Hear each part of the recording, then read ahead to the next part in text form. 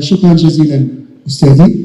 المداخلة الأخيرة في إطار هذه الورشة غادي تكون ديال سي أيمن زيزي، اللي من خلالها غادي يحاول يوضح لنا كيفاش يمكن للإعلام أنه يساهم في محاربة التعصب. لكم الكلمة سي أيمن.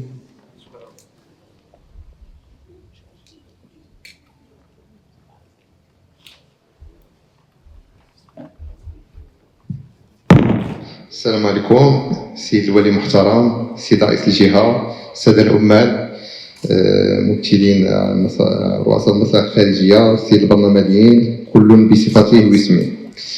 صراحة دكتور، يعني اليوم تنعيش واحد اليوم تاريخي، شخصيا تنعتبره تاريخي. لماذا؟ لأنه واحد التحول حقيقي في الرؤية والمنظور للرياضة الوطنية. لأنه في وقت سابق يعني كان من الصعب أننا نقنعوا مسؤول بأن الرياضة قادرة تلعب واحد الدور تنموي وعندها مجموعة الأبعاد، بعد اقتصادي، بعد سياحي، بعد اجتماعي، بعد سياحي.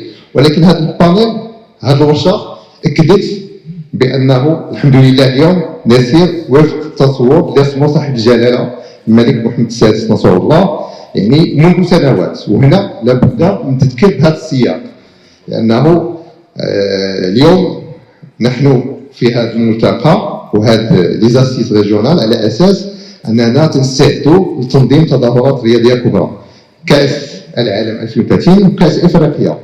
هذا الشرف اللي نالو المغرب باش ينظم كاس العالم لم يكن بالسهل، جاء بعد محاولات عديده.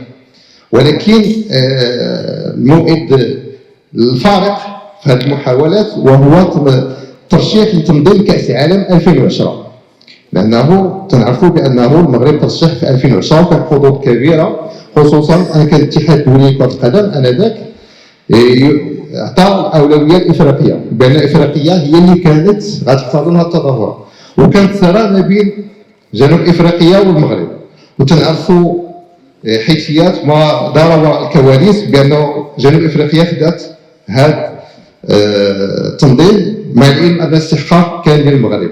ولكن صاحب الجلاله في تلك الفتره خدا واحد القرار استراتيجي وقرر بانه يطبق البرنامج نتاع تنظيم كاس العالم 2010، وانطلقنا في واحد مجموعه من الاوراق مفتوحه، بدايه ببنيه تحتيه. تم انشاء ملعب طنجه، ملعب اكادير، ملعب مراكش. بعدها مشينا بنينا هذه الملاعب، مشينا لتنظيم تظاهرات عالميه، ضمن كاس العالم للانديه 2013 2014. قبلها كان انشاء اكاديميه محمد السادس، وبالتالي مشينا في واحد التسلسل واحد تنحاولوا اننا نصنعوا وتنحاولوا اننا نحققوا هذا الحلم نتاع التنظيم.